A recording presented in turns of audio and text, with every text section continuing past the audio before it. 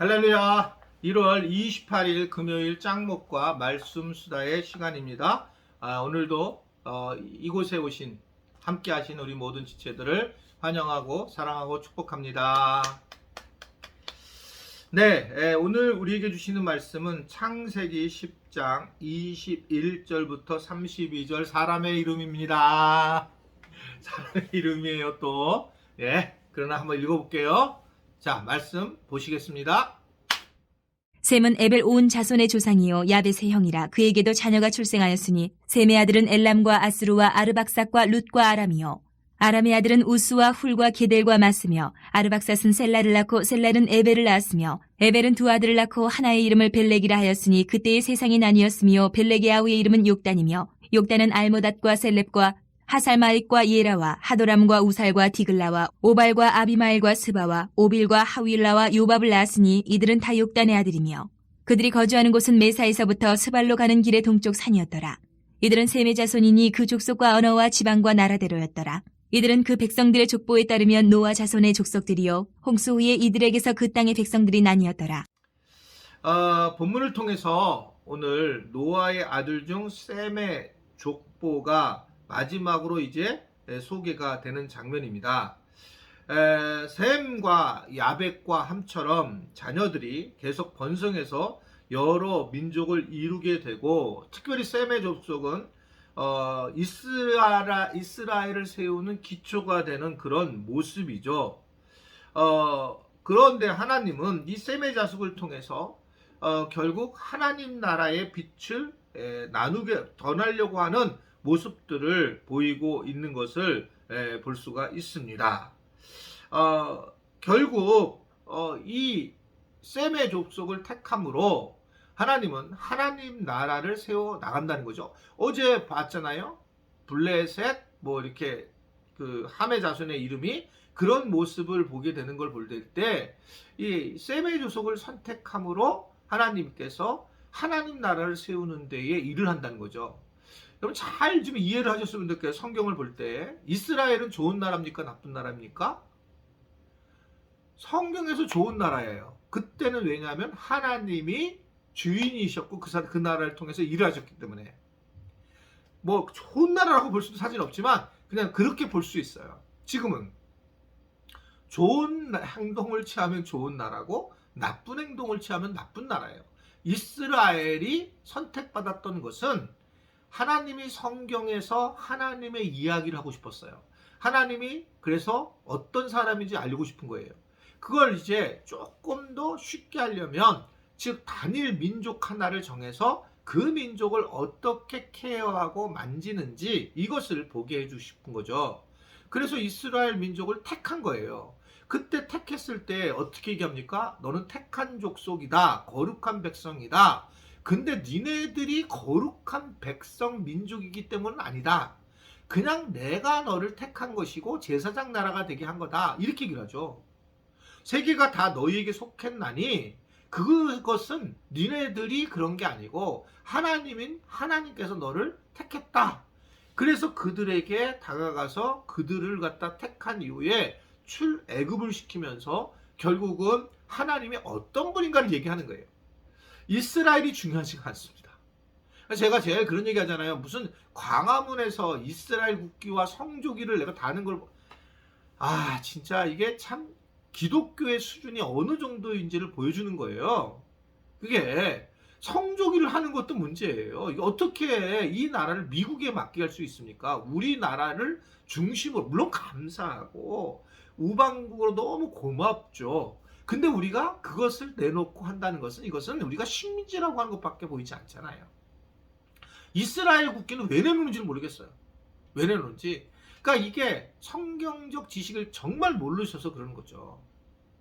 그러니까 이스라엘을 택한 거예요. 지금도 셈을 택한 거예요. 셈을 택한 이유는 하나님의 나라를 어떻게 이루게 될 것인지, 이것을 하나님이 셈을 통해서 어떻든 진행을 해야 되는 거예요. 그래서 하나님의 나라를 만드는데 그게 하나님의 나라가 가장 중요한 관점이라는 거죠. 말씀을 더 보면, 그래서 이게 25절에 보면 그 중에 아벨은 두 아들을 낳고 아들 하나의 이름을 벨렉이라 하였는데 이 세상이 나뉘었습니다. 라고 얘기해요. 그러면서 벨렉의 아우의 이름은 욕단이다. 라면서 그때 세상이 나뉘었다. 이것은 아마 바벨탑 사건으로 이렇게 나눠지는 그런 이야기가 아닌가라고 신학자들은 이야기를 하고 있는 걸 볼 수 있습니다.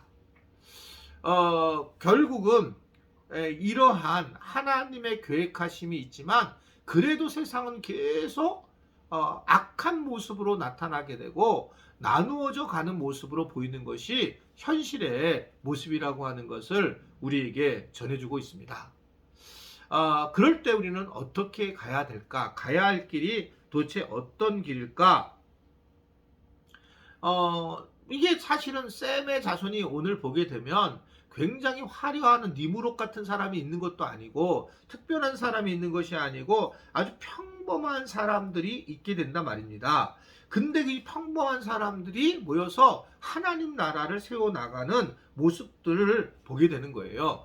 여기서 쭉 보게 되면 그냥 사람의 이름이 묵묵히 막 전혀 모르는 사람만 나오잖아요. 두다두다두다, 그죠?